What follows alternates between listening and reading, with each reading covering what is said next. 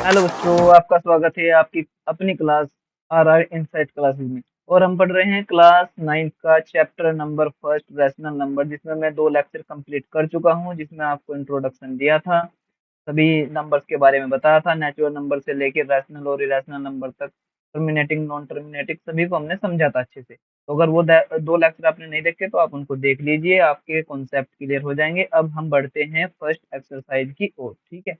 तो जो हमारी पहली एक्सरसाइज का पहला क्वेश्चन है, ठीक है, चैप्टर फर्स्ट नंबर सिस्टम, उसकी पहली एक्सरसाइज का पहला क्वेश्चन है, उसको हम सोल्व करेंगे। तो अब ध्यान से देखिएगा आप, ठीक है।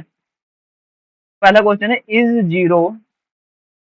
Zero a rational number, can you write it in the form p upon q where p and q are integer and q does not equal to zero.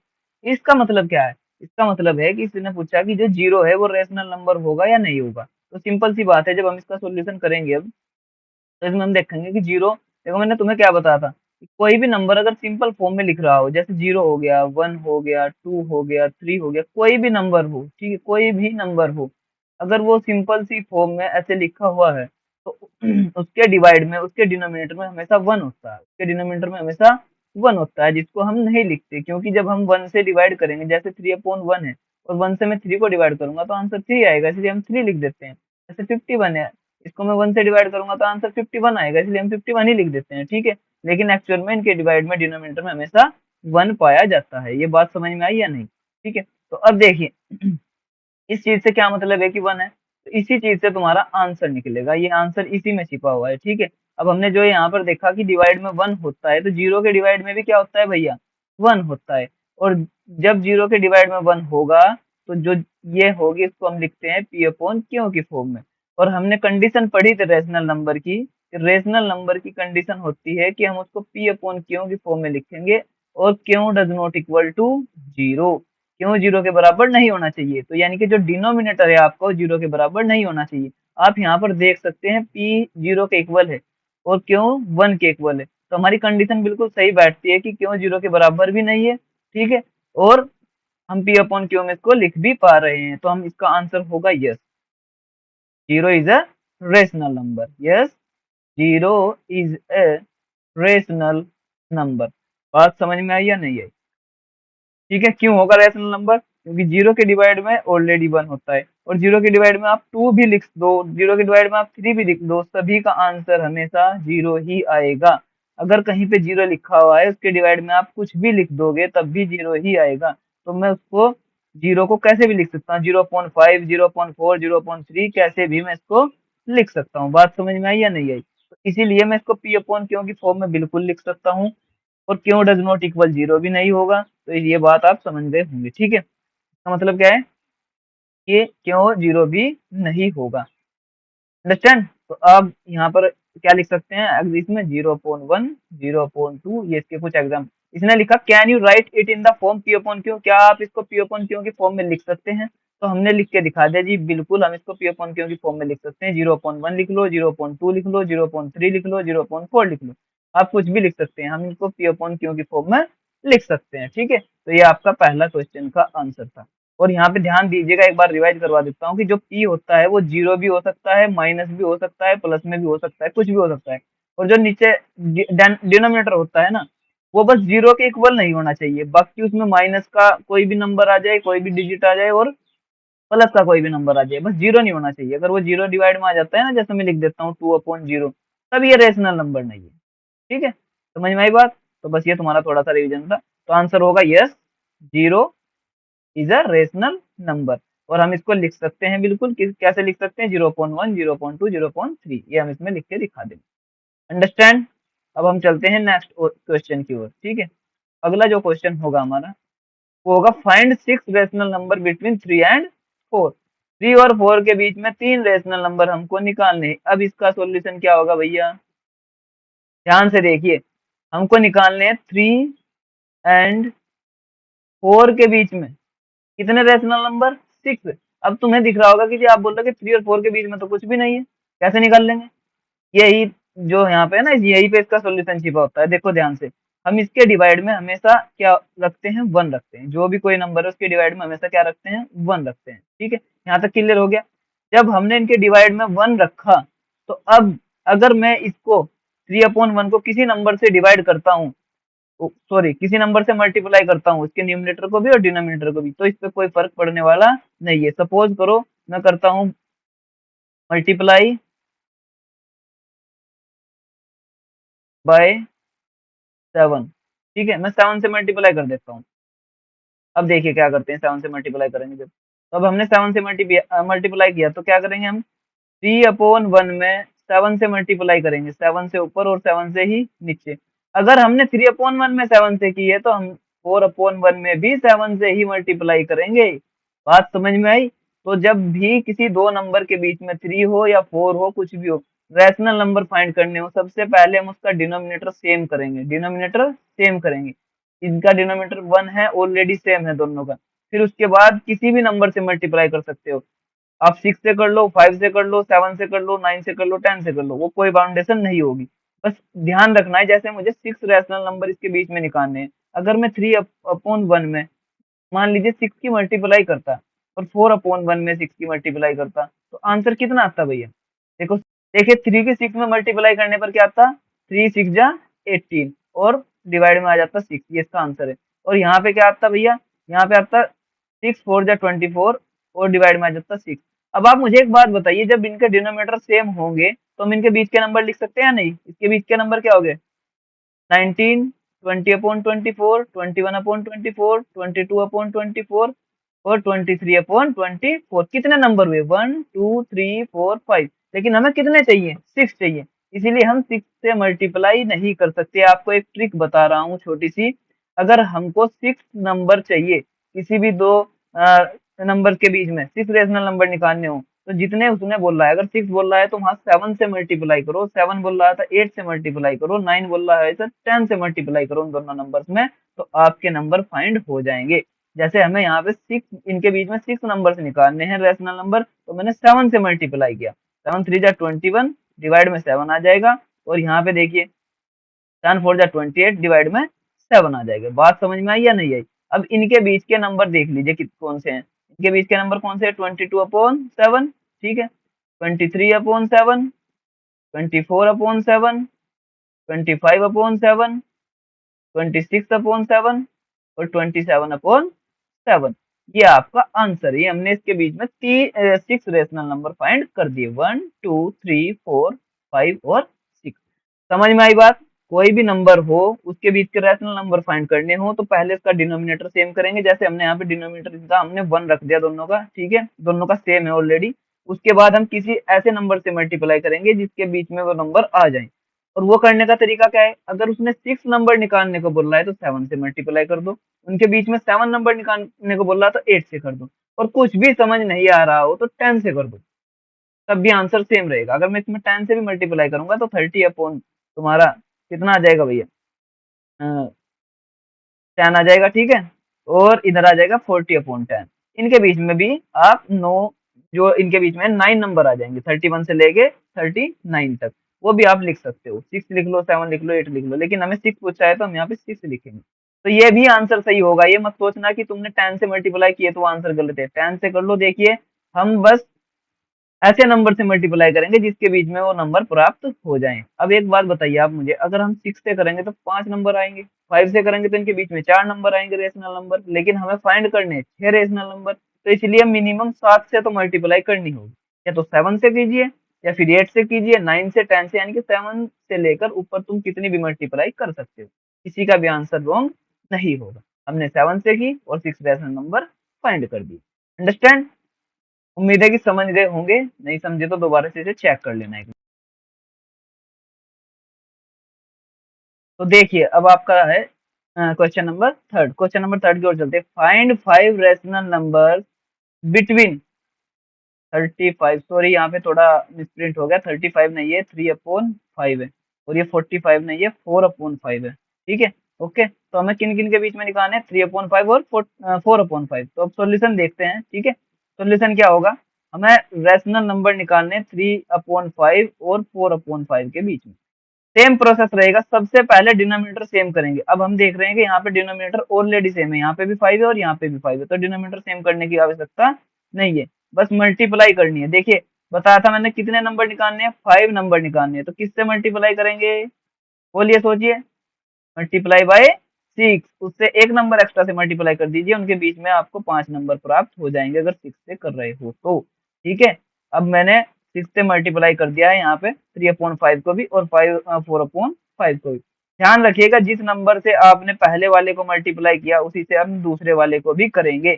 और एक बात और याद रखना, जिस नंबर से न्यूमरेटर को मल्टीप्लाई करते हैं उसी से डिनोमिनेटर को करते हैं। अगर 6 से इसको किया तो इसको भी 6 से, या डिनोमिनेटर को 5 से किया है तो न्यूमरेटर को भी 5 से ही मल्टीप्लाई करनी होगी, दोनों को करनी होगी। कभी एक में कर दो कि भाई डिनोमिनेटर में मल्टीप्लाई करके छोड़ दी या न्यूमरेटर में करके छोड़ दी, ऐसा नहीं होगा। ठीक है, वो गलत हो जाएगा फिर भाई। ठीक है, वो मैथ के नियम के हिसाब से आप गलत कर दोगे।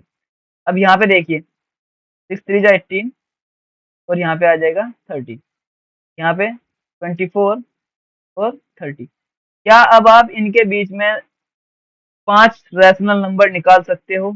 आप बोलोगे जी बिल्कुल निकाल सकते हैं, बिल्कुल निकाल सकते हैं। ठीक है, काहे नहीं निकाल सकते। यहाँ पे देखिए कौन कौन से नंबर आएंगे, 19/30, 20/30, 21/30, 22/30 एंड लास्ट 23/30। आपको दिख रहा होगा 1 2 3 4 5, 5 रैशनल नंबर हम इनके बीच में निकाल चुके हैं। ठीक है, और अब अगर आंसर शीट में देखोगे, अगर वहां पे कुछ अलग आंसर आया तो घबराना नहीं है। मैंने तुम्हें पिछले क्वेश्चन में भी बताया कि हमने यहाँ पे 6 से मल्टीप्लाई की है, हम यहाँ 7 से भी कर सकते हैं, दोनों साइड 8 से भी कर सकते हैं, 9 से भी कर सकते हैं, 10 से भी कर सकते हैं। ऐसा हो सकता है कि आंसर शीट में आपको इधर भी 10 से मल्टीप्लाई करके और इधर भी 10 से मल्टीप्लाई करके दे दिया हो, 30/50 और 40/50 के बीच के नंबर आपको लिख के दे दिए हो 5, ऐसा भी हो सकता है। लेकिन हमें 5 नंबर निकालने हैं तो हम मिनिमम 6 से तो मल्टीप्लाई करेंगे ही करेंगे। 6 से मल्टीप्लाई करेंगे या उससे किसी बड़े नंबर से मल्टीप्लाई करेंगे। समझ में आई बात? अब एक बात नोट कर लेना, अगर हमें 5 नंबर निकालने हैं तो 5 से ऊपर वाले किसी भी नंबर से मल्टीप्लाई करेंगे दोनों साइड। 4 निकालने हैं तो 4 से ऊपर वाले से, जैसे 5 से 5 6 7 8। ठीक है, और 6 निकालने हैं तो 6 से ऊपर वाले से। जितने भी हमें रैशनल नंबर, दो रैशनल नंबर के बीच में फाइंड करने होते हैं तो जिस नंबर से हम पहले वाले को मल्टीप्लाई करेंगे उसी से दूसरे वाले को करेंगे, और वो नंबर हमेशा उस नंबर से बड़ा होगा जितने हमें उसमें फाइंड करने होंगे। बात समझ में आई?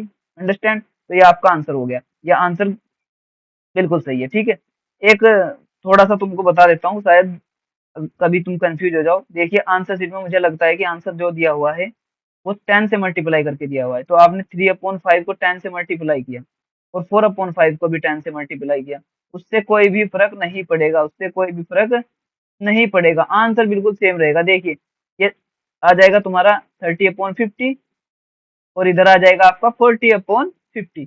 तो हम क्या करेंगे भाई, इनके बीच में रैशनल नंबर निकाल लेंगे। कौन कौन से होंगे इनके बीच में, 31/50, 32/50, 33/50, 34/50 और 35/50। तो इसमें बिल्कुल भी घबराने वाली बात नहीं है, आंसर आपके दोनों ही सही है। मैं इस कॉन्सेप्ट को बार बार आपको समझा चुका हूँ कि मिनिमम जितने नंबर हमें निकालने हैं उससे बड़ा नंबर लीजिए मल्टीप्लाई करने के लिए। 5 निकालने थे, हमने 6 ले लिया। ठीक है, 7 ले सकते हो, 8 ले सकते हो, 9 10 कुछ भी ले सकते हो। ज्यादा आसान तरीके से करना है तो 10 ले लो। ठीक है, वो तुम्हारी चॉइस है, कोई भी आंसर गलत नहीं होगा। आराम से आप इस आंसर को लिख के आना है एग्जाम में। ठीक है, अंडरस्टैंड? Next question. अब देखिए, state whether the following statement are true और फॉल्स। गिव, ये एक स्लाइड अलग से ही बन गई। ठीक है, तो अब जो क्वेश्चन हम पढ़ेंगे अगले, उसमें ट्रू और फॉल्स का जवाब हमें देना है। देखिए इससे पहले मैंने आपको कुछ सिखाया था, उसका रिवीजन करा देता हूँ, यहीं पे कराऊंगा अगले वाले में। ट्रू और फॉल्स बताएं। देखिए पहले वाला, every natural number is a whole number. क्या प्रत्येक नेचुरल नंबर वोल नंबर होगा? देखिए मैंने कुछ सिखाया था, मैं उसका रिवीजन आपको करा देता हूँ। सबसे छोटा होता है नेचुरल नंबर। ठीक है, फिर नेचुरल नंबर से जो बड़ा होता है वो आपका कौन सा होता है, वोल नंबर। ठीक है, और फिर वोल नंबर से जो बड़ा होता है वो होता है आपका इंटीजर। ठीक है, कोई समस्या? और जो इंटीजर से भी बड़ा होता है वो होता है आपका रैशनल नंबर। बात समझ में आई या नहीं आई?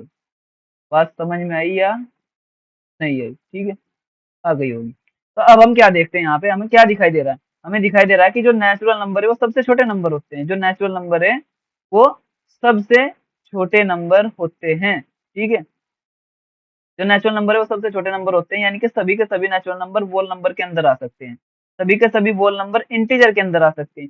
छोटे वाला बड़े वाले के अंदर आ सकता है, इंटीजर रैशनल के अंदर आ सकता है, लेकिन इसका उल्टा बिल्कुल भी पॉसिबल नहीं होगा। कोई भी रैशनल नंबर इंटीजर के अंदर नहीं आएगा। कोई भी का मतलब है सभी रैशनल नंबर इंटीजर के अंदर नहीं आएंगे, सभी इंटीजर वोल नंबर के अंदर नहीं आएंगे, सभी वोल नंबर नेचुरल के अंदर नहीं आएंगे। क्यों नहीं आएंगे भाई? सभी वोल नंबर देख लीजिए आप वोल नंबर देखोगे तो यहाँ से स्टार्ट हो रहे हैं, और नेचुरल नंबर देखोगे तो यहाँ से स्टार्ट हो रहे हैं। तो मुझे एक बात बताइए आप खुद देख के कि वोल नंबर के अंदर नेचुरल नंबर पाए जा रहे हैं सभी के सभी, या नेचुरल नंबर के अंदर वोल? तो आप कहोगे जी ये जितने भी नेचुरल नंबर हैं ये सभी के सभी वोल के अंदर पाए जा रहे हैं।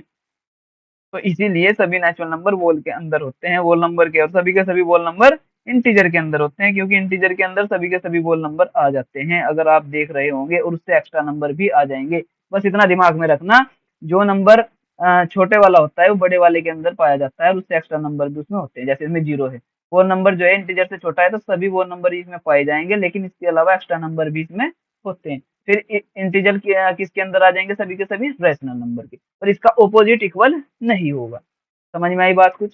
ठीक है, नहीं समझ में आई तो दोबारा से देख लेना, बहुत ही अच्छे से तुम्हें डायग्राम बना के समझाया, पहली वीडियो में समझा के रखा है मैंने, ठीक है, उसको देख लेना जाके। अंडरस्टैंड?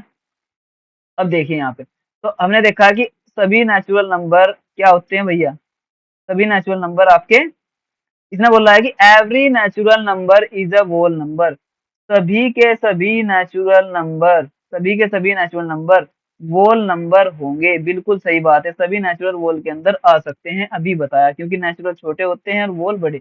अगर ये बोल देता कि एवरी का ध्यान जरूर रखना, एवरी का मतलब प्रत्येक, हर एक, ठीक है, एवरी आ जाए, ओल आ जाए, ठीक है, समझ में आ गई बात? तो सभी के सभी नेचुरल वोल नंबर होंगे। अगर ये यहाँ पे क्वेश्चन बना देता कि एवरी वोल नंबर, अगर यहाँ पे क्वेश्चन बन जाता every whole number is a natural number, तब क्या होता? तब आंसर होता आपका फॉल्स। तब आंसर क्या होता आपका? फॉल्स आंसर होता। क्यों होता? इसने बोला एवरी होल नंबर, की प्रत्येक होल नंबर नेचुरल के अंदर आएगा, लेकिन होल नंबर तो होते हैं 0 से स्टार्ट भाई, और नेचुरल नंबर होते हैं 1 से स्टार्ट। तो क्या नेचुरल नंबर के अंदर 0 भी आ गई? नहीं आई ना। तो इसलिए सभी होल नंबर नेचुरल के अंदर नहीं आते, लेकिन सभी नेचुरल होल के अंदर पाए जाते हैं। समझ में आई बात? तो ये पहले वाला आपका होता है ट्रू, पहले वाला आपका क्या होता है? ये ट्रू। अंडरस्टैंड? इसको हम लिख देंगे कि भाई ये ट्रू है। नेक्स्ट, अगले वाले की ओर बढ़ते हैं। ठीक, every integer is a whole number. सभी इंटीजर होल नंबर होते हैं। देखिए थोड़ा दिमाग लगाइए, मैंने बोला एक बड़ा होता है एक छोटा, तो आप लिख लीजिए एक इंटीजर है एक होल नंबर है। तो इंटीजर तो हो गया लार्ज नंबर, होल नंबर हो गया छोटे वाला नंबर, तो सभी छोटे वाले नंबर ही तो इसके अंदर आ सकते हैं। अगर यहाँ पे क्वेश्चन ये होता कि every whole number, every whole number, ठीक है, इज एन इंटीजर, सभी होल नंबर इंटीजर होते हैं, तब मैं इसको ट्रू बोलता। क्यों बोलता? क्योंकि सभी होल नंबर इंटीजर होते हैं। लेकिन इसने बोल दिया every integer is a whole number, कि सभी इंटीजर होल नंबर होते हैं, जो कि इसने बिल्कुल गलत बोल दिया। सभी इंटीजर होल नहीं होते, क्योंकि अगर मैं इंटीजर बनाऊं तो इंटीजर के अंदर माइनस में भी नंबर इंक्लूड होते हैं, जबकि वोल में कोई भी माइनस में नंबर इंक्लूड नहीं होते। तो सभी के सभी वोल नंबर इंटीजर होंगे। Every whole number is a integer, ये ट्रू है, लेकिन every integer is a whole number, ये फॉल्स है। तो इस क्वेश्चन का जवाब आपका होगा फॉल्स। इस क्वेश्चन का जवाब आपका क्या होगा भाई? फॉल्स। बात समझ में आई या नहीं आई? ठीक है, लास्ट क्वेश्चन की ओर चलते हैं। आपका ट्रू फॉल्स और पहली एक्सरसाइज हो जाएगी यहाँ पे complete. Every rational number is a whole number, कभी सभी रैशनल नंबर वोल नंबर होते हैं। फिर से वही बात लिखेंगे हम, रैशनल नंबर वोल नंबर। एक बात बताइए, रैशनल नंबर बड़ा है कि वोल नंबर? रैशनल नंबर बड़ा है, तो सभी रैशनल नंबर वोल नंबर नहीं होंगे, बल्कि सभी वोल नंबर रैशनल होंगे, इसलिए ये भी आपका फॉल्स के अंदर काउंट किया जाएगा। अगर क्वेश्चन यहाँ पे उल्टा हो जाता कि every whole number is rational, तब ये आंसर आपका ट्रू होता। लेकिन अभी इसने बोल दिया every rational number is a whole number, तब ये आंसर फॉल्स है, क्योंकि रेशनल नंबर ज्यादा होते हैं। रेशनल नंबर के अंदर तो आपका इंटीजर भी आ गया, वोल भी आ गया, नेचुरल भी आ गए, सभी नंबर रेशनल नंबर के अंदर पाए जाते हैं। लेकिन अगर ये बोल लेंगे कि सभी रेशनल नंबर इनके अंदर पाए जाएंगे, वोल के, इंटीजर के और नेचुरल के, तो वो गलत होगा। समझ में आया? छोटे वाले से बड़े वाले में जाएंगे तो आंसर सही होगा, बड़े वाले से छोटे वाले में जाएंगे तो आंसर गलत होगा, ये आप समझ सकते हो। ठीक है, तो सभी रैशनल नंबर वोल नंबर नहीं होते, जबकि सभी वोल नंबर रैशनल नंबर होते हैं। बात समझ में आई या नहीं? थोड़ा समझ में आया? ओके, देखिए थोड़ा सा टॉपिक ऐसा ही है, बार बार इसको देखिए, प्रैक्टिस कीजिए तो समझ में आ जाएगा। तो इसका आंसर हुआ फोर्स। अंडरस्टैंड? तो यहाँ पे आपकी एक्सरसाइज हो जाती है कंप्लीट। तो इसे अच्छे से कीजिए, प्रैक्टिस कीजिए, जो जो पढ़ाया है उसकी प्रैक्टिस कीजिए। इससे पहले जो एग्जाम्पल्स होंगे आपके एनसीईआरटी की बुक में उसे करना है, ठीक है। तो इनकी प्रैक्टिस करनी है, सभी डायग्राम्स अच्छे से देखने जो मैंने बनाई है ट्रू फॉल्स से पहले, और इनसे पहले 2 वीडियो है उनको भी देख लीजिए। और लगातार आपकी वीडियो आती रहेगी, तो इस चैनल को सब्सक्राइब कर लीजिए। एक भी क्वेरी आपकी मैथ में नहीं रहनी चाहिए, हर एक डाउट क्लियर होगा, हर एक एक्सरसाइज कराई जाएगी, क्लास 9th की भी और आगे आगे क्लास 10th की भी, 11th 12th सब स्टार्ट होगा इसी चैनल पे। अभी मैं 9th वालों के पहले करा रहा हूँ, ठीक है। तो सब्सक्राइब कर लीजिए भाई, और पसंद आए तो लाइक कर दीजिए, नहीं आए तो डिसलाइक कर दीजिए, आपकी मर्जी है, ठीक है। और भाई देखना है, क्लास को अच्छे से समझना है, समझ आ रहा है तो देखिए, नहीं आ रहा है तो टाइम वेस्ट करने से कोई फायदा नहीं होगा, ठीक है। तभी आप इसको तुरंत बंद कर दीजिए अगर आपके समझ में नहीं आता मेरा पढ़ा हुआ। बाकी खुश रहिए, पढ़ते रहिए, मैथ की स्किल्स को बढ़ाते रहिए। ओके, तो अब हम करते हैं इसको क्लोज।